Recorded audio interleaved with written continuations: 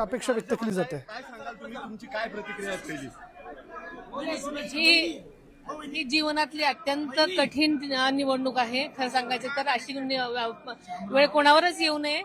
आणि ही निवडणूक माझी नाही, ही सगळी बारामतीकरांची निवडणूक आहे. कारण बारामतीकर म्हणजेच अजितदादा आणि अजितदादा म्हणजेच बारामतीकर. त्यामुळे ही निवडणूक सबंध बारामतीकरांनी हातात घेतली आहे. निवडणूक बिनविरोध व्हावी यासाठी तुम्ही काही चर्चा सुरू आहे का, होईल का, काय वाटतं? नाही, आम्ही प्रयत्न केले होते. अनेकांनी पाठिंबा दिलेला आहे.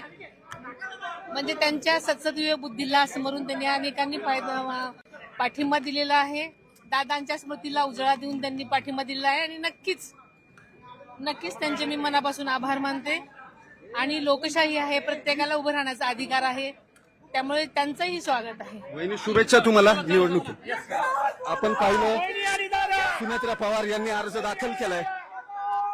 अर्ज दाखल केल्यावर त्यांनी प्रतिक्रिया दिली आहे पहिली, ज्याच्यामध्ये त्यांनी स्पष्ट केलंय की अर्ज भरला आणि ही निवडणूक आता बारामतीकरांनी हातामध्ये घेतलेली आहे. काही जरी झालं तरी निवडणूक आणि निकाल हे सगळं बारामतीकरांच्या हाती आहे. अशी वेळ दुर्दैवानं कुणावर येऊ नये, मात्र ती माझ्यावरती आली आहे आणि त्याची सगळी जाणीव जी आहे ती बारामतीकरांना आहे.